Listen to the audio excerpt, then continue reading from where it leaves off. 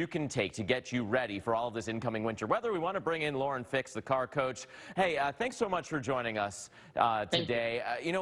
We haven't had that much wintry weather in the grand scale of things. What have people forgotten in the long off season between last winter weather and now?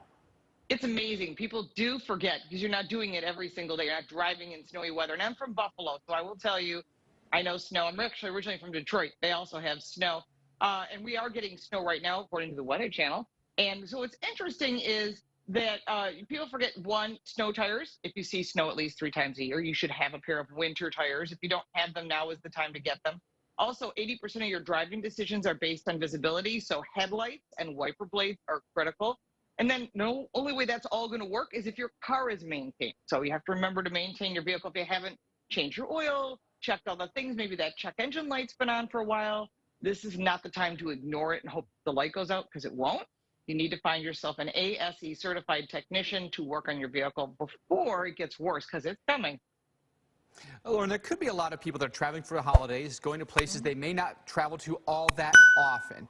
If you happen to find yourself in some really rough conditions, we just saw in the video there that people that were stranded had to be rescued, what should people always have in their vehicle?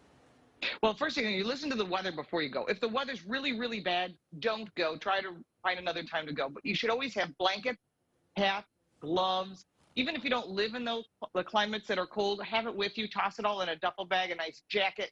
Definitely hat and gloves. You can buy the hand warmers literally anywhere. They're about $1 a pack. So for each person that's in the car on a regular basis, hand warmers and foot warmers, because if you get frostbite, which I have had, it is not fun and it keeps returning quicker each time. So it's important that you protect yourself. And of course, cell phone charger. Everyone's got a phone, but you need a charger to make sure you have a good charge on that. If you do need help and you call for help, you will probably be waiting for a while. Let's say you've prepped and you've planned and yet things still have gone wrong, right? Maybe no fault of your own. Something happened out ahead of you. What do you tell people? Stay with the car, stay in the car, go get help, don't go get help. What should people be thinking about if the worst case scenario unfolds?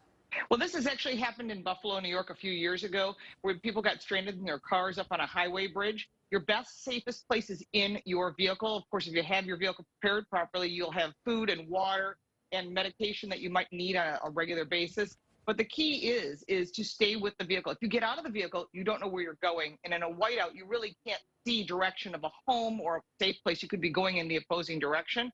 Also, a higher chance of hypothermia. People die of frostbite every year. I know you talk about this, but wait for help is the best place is in your car. At least it's a shelter. Even if there's snow, having those LED light sources instead of a striking flare, they're magnetic. You can put them on your vehicle. They'll flash for hours, and that will help people find you. And they're about $12 a piece. You can get them anywhere. I highly recommend it. Lauren, I want to ask you more about our tires, because you had mentioned getting snow tires for your vehicle. What should we be looking for with tread? How expensive are snow tires to put on your vehicle? Okay, that's a great question. Snow tires or winter tires are really important. Now, why is it different? First off, an all-season tire is good till about 40 degrees. There's something called the 40-degree rule, and people in the tire industry know that. When it gets below 40 degrees, those nice tires that grip the roadway and maybe a little bit of snow no longer have that grip. So just like you switch to snow boots to get better grip. They're softer bottoms. If you ever pushed on the bottom of a snow boot, you get really soft grip. And that's what you need on those tires. So they're not good in the regular warmer temperatures, but in the winter, it'll grab the snow and the ice and give you the best traction. There's a lot of great brands out there. Look for a name brand. You can look up all the reports on each of the tires to find out which one is right for your vehicle. Your local tire store will know. There's places like Tire Rack you can go to, and they'll give you advice on it.